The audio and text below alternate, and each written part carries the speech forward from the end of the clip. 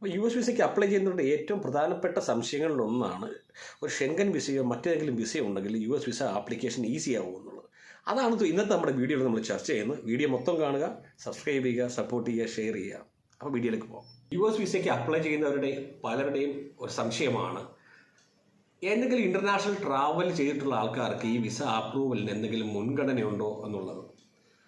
അങ്ങനെ പ്രത്യേകിച്ചൊരു മുൻഗണന ഇല്ലെങ്കിൽ തന്നെ നിങ്ങൾ ട്രാവൽ ഹിസ്റ്ററി ഈ വിസ അപ്രൂവൽ ചെയ്യുന്ന കോൺസുലേറ്റ് ഓഫീസർ പരിശോധിക്കുമ്പോഴത്തേക്ക് അത് നിങ്ങൾ ഒരുപാട് രാജ്യങ്ങളുടെ വിസിറ്റർ വിസയിൽ ട്രാവൽ ചെയ്തിട്ടുണ്ടെങ്കിൽ അവർക്കൊരു പ്രയോറിറ്റി എന്തായാലും കിട്ടും. ആ വിസ ഓഫീസർ അവിടെ ഇരിക്കുന്നത് തന്നെ നിങ്ങൾ ട്രാവൽ ചെയ്തിട്ട് തിരിച്ച് നിങ്ങളുടെ ഹോം കൺട്രിയിലേക്ക് പോരണം എന്ന് ഉറപ്പുവരുത്താൻ വേണ്ടിയിട്ടാണ്. അപ്പോൾ മറ്റുള്ള ഇൻ്റർനാഷണൽ ഡെസ്റ്റിനേഷൻസ് നിങ്ങൾ ഓൾറെഡി ട്രാവൽ ചെയ്തിട്ടുണ്ടെങ്കിൽ നിങ്ങളുടെ വിസ ആപ്ലിക്കേഷൻ കുറച്ചുകൂടെ പ്രയോറിറ്റി ഉണ്ടാകും, ഇച്ചിരി സ്ട്രെങ്തും ഉണ്ടാകും എന്നുള്ള വാസ്തവമാണ്. എന്ന് വെച്ച് ഒരു കൺട്രിയിലും വേറൊരു രാജ്യത്തിന് യാത്ര ചെയ്യാത്തവർക്ക് വിസ കിട്ടില്ലെന്നല്ല. ഉദാഹരണത്തിന് എൻ്റെ കാര്യം തന്നെ, ഞാൻ പോയപ്പോൾ എന്നോട് ചോദിച്ച ചോദ്യം വേറെ എവിടെയെങ്കിലും പോയിട്ടുണ്ടോ എന്ന് ചോദിച്ചു. അപ്പോൾ ഞാൻ പറഞ്ഞത് ഞാൻ നേപ്പാളിൽ പോയിട്ടുണ്ട്. നേപ്പാളിൽ പോകാൻ നമുക്ക് വിസയുടെ ആവശ്യമില്ല. എങ്ങും പോകാത്ത ആൾക്കാരാണെന്നുണ്ടെങ്കിൽ നിങ്ങൾ നേപ്പാളിൽ പോയിട്ടുണ്ടെന്ന് പറയുക.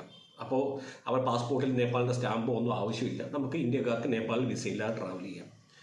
സോ അതുകൊണ്ട് എങ്ങും യാത്ര ചെയ്യാത്ത ആളുകൾ വിഷമിക്കേണ്ട ഒരു കാര്യവുമില്ല. പക്ഷേ യാത്ര ചെയ്ത ആൾക്കാരുണ്ടെങ്കിൽ കൃത്യമായിട്ടും നിങ്ങളുടെ പഴയ പാസ്പോർട്ടാണെങ്കിൽ പഴയ പാസ്പോർട്ട് നിങ്ങൾ മസ്റ്റായിട്ടും കോൺസുലേറ്റ് ഓഫീസറിൻ്റെ മുൻപാകെ സമർപ്പിക്കാൻ ശ്രദ്ധിക്കണം. കാരണം ട്രാവൽ ഹിസ്റ്ററി ഒരു വളരെ ഇമ്പോർട്ടൻ്റ് കാര്യമാണ്. നമ്മുടെ ഹോം ടൈസ് പോലെ തന്നെ ട്രാവൽ ഹിസ്റ്ററിയും നിങ്ങളുടെ വിസ അപ്രൂവലിൽ ഒരു പഞ്ചിങ് ഫാക്ടർ എന്ന് വേണമെങ്കിൽ പറയാം. അപ്പോൾ എങ്ങനെ നമുക്ക് ഈ ട്രാവൽ ഹിസ്റ്ററി ഉണ്ടാക്കാത്തതിനെ കുറിച്ച് ഞാൻ പറഞ്ഞുതരാം. അതായത് നിങ്ങൾ യു എസ് വിസയെ കുറിച്ചിട്ട് അത്രയ്ക്ക് സീരിയസ് ആയിട്ടൊരു ആപ്ലിക്കൻ്റ് ആണെന്നുണ്ടെങ്കിൽ കുറച്ച് പൈസ സ്പെൻഡ് ചെയ്ത് കഴിഞ്ഞാൽ വളരെ എളുപ്പത്തിൽ അപ്രൂവൽ ട്രാവൽ വിസ കിട്ടുന്ന, ഇന്ത്യക്കാർക്ക് വിസ പോലും ഇല്ല, വിസ ഓൺ അറൈവൽ കൊടുക്കുന്ന ഒരുപാട് രാജ്യങ്ങളുണ്ട്. തായ്ലാൻഡ്, മലേഷ്യ, അങ്ങനെ ഒരുപാട് രാജ്യങ്ങൾ. അതിൽ ഏതെങ്കിലും രാജ്യങ്ങൾ നിങ്ങൾ പോയിട്ട് നിങ്ങൾ ചുമ്മാ പാസ്പോർട്ടിൽ സ്റ്റാമ്പുമായിട്ട് നാട്ടിൽ വരിക. അങ്ങനെ വളരെ ചുരുങ്ങിയ 10,000-20,000 25,000 രൂപ കൊടുത്തു കഴിഞ്ഞാൽ ഇപ്പോൾ എനിക്ക് തോന്നുന്നു ഒരുപാടുപെട്ട രാജ്യങ്ങളിലൊക്കെ പോകാൻ പറ്റുന്നു, നമ്മുടെ ഏഷ്യൻ കൺട്രീസിലൊക്കെ. പിന്നെ ഏറ്റവും ഇമ്പോർട്ടൻ്റ് ആയിട്ടുള്ള കാര്യം, ഒരു ഷെങ്കൻ വിസ നിങ്ങൾക്കുണ്ടെങ്കിൽ യു എസ് വിസ അപ്രൂവൽ എളുപ്പമാണെന്നുള്ളതാണ് ചോദ്യം. ഒരു ഷെങ്കൻ വിസ ഉണ്ടെന്ന് പറഞ്ഞാൽ 29 രാജ്യങ്ങളിലേക്കുള്ള നിങ്ങളുടെ ഒരു എൻട്രി ഡോറാണ്. അപ്പം ഈ ഷെങ്കൻ വിസ യൂറോപ്യൻ യൂണിയൻ്റെ ഭാഗമായിട്ടുള്ള രാജ്യങ്ങളിലേക്കൊക്കെ സഞ്ചരിക്കാനുള്ള ഒരു വാതിലാണ് നിങ്ങൾക്ക് തുറന്നിടുന്നത്. അത് മാത്രമല്ല പല രാജ്യങ്ങളിലും ടെമ്പററി റെസിഡൻസ് പെർമിറ്റുകൾ കൊടുക്കുന്നുണ്ട്. അവിടെ നിങ്ങൾക്ക് ജോലി ചെയ്യാനുള്ള അവസരം കൂടെ ഉണ്ട് ഈ ഷെങ്കൻ വിസയിൽ പോകുന്ന ആളുകൾക്ക്. പല ആളുകളും ഷെങ്കൻ വിസയിൽ പോയിട്ട് ജോലി ചെയ്ത് ഇപ്പോഴും ജീവിക്കുന്ന ആളുകളൊക്കെ ഒരുപാട് ലക്ഷക്കണക്കിന് ആൾക്കാരുണ്ട് ഇപ്പോഴും. അവരെ ഒന്ന് പിടിക്കാനോ നാട് കടത്താനോ ഒന്നും ഇതുവരെ യൂറോപ്യൻ യൂണിയൻ അങ്ങനെ തയ്യാറായിട്ടില്ല. വളരെ അപൂർവം പേരെയൊക്കെ റിപ്പോർട്ട് ചെയ്യുന്നുണ്ട്. പക്ഷേ നിങ്ങൾക്കൊരു ഷെങ്കൻ വിസ ഉണ്ടെങ്കിൽ നിങ്ങൾ യൂറോപ്പിലുള്ള 29 രാജ്യങ്ങളിലേക്ക് നിങ്ങൾക്ക് ട്രാവൽ ചെയ്യാം. നിങ്ങൾക്ക് അത്യാവശ്യം സാമ്പത്തികമായുള്ള ആളാണെങ്കിൽ, അതായത് പൈസ ഉള്ള ആളാണെങ്കിൽ നിങ്ങളൊരു 3-4 രാജ്യമെങ്കിലും ഈ ഷെങ്കൻ വിസയിൽ പോയി കറങ്ങിയിട്ട് യു എസ് വിസയ്ക്ക് അപ്ലൈ ചെയ്ത് കഴിഞ്ഞാൽ നിങ്ങൾക്കൊരു അപ്രൂവൽ റേറ്റ് അല്ലെങ്കിൽ ഒരു ചാൻസ് ഓഫ് അപ്രൂവൽ വളരെ അധികമായിരിക്കും. കാരണം യൂറോപ്യൻ യൂണിയൻ്റെ ഭാഗമായിട്ട് രാജ്യങ്ങളിലേക്ക് നിങ്ങൾ ട്രാവൽ ചെയ്ത് എന്നിട്ട് തിരിച്ച് നിങ്ങൾ നാട്ടിൽ വന്നു, നാട്ടിൽ നിന്നാണ് നിങ്ങൾ ഇൻ്റർവ്യൂ അറ്റൻഡ് ചെയ്യുന്നത്.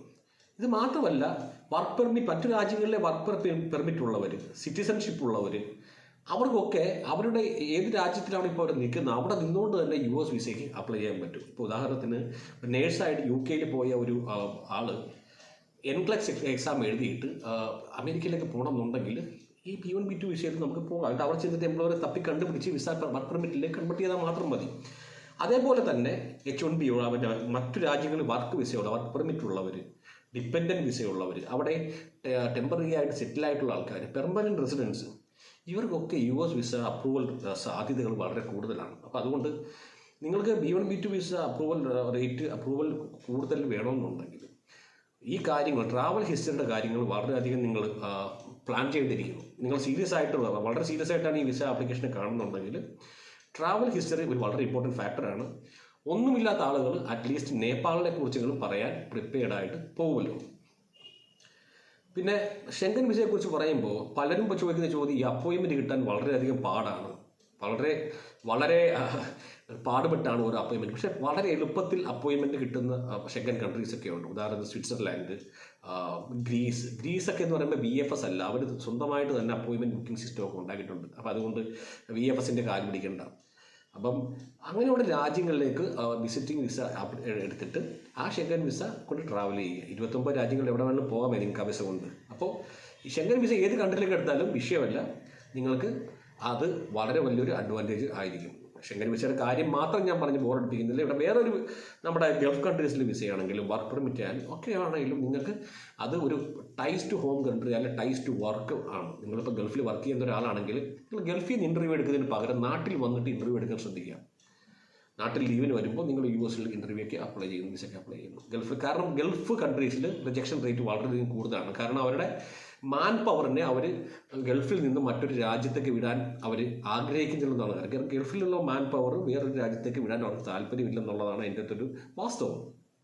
പക്ഷേ പ്രത്യക്ഷത്തിൽ അങ്ങനെയൊന്നും പറയില്ല. പക്ഷേ അവിടെ നിൽക്കുന്ന കോൺസുലർ ഓഫീസർമാർ പലരും മലയാളികളും ഉണ്ടാവും, അങ്ങനെ ആൾക്കാരൊക്കെ ഉണ്ടാവും.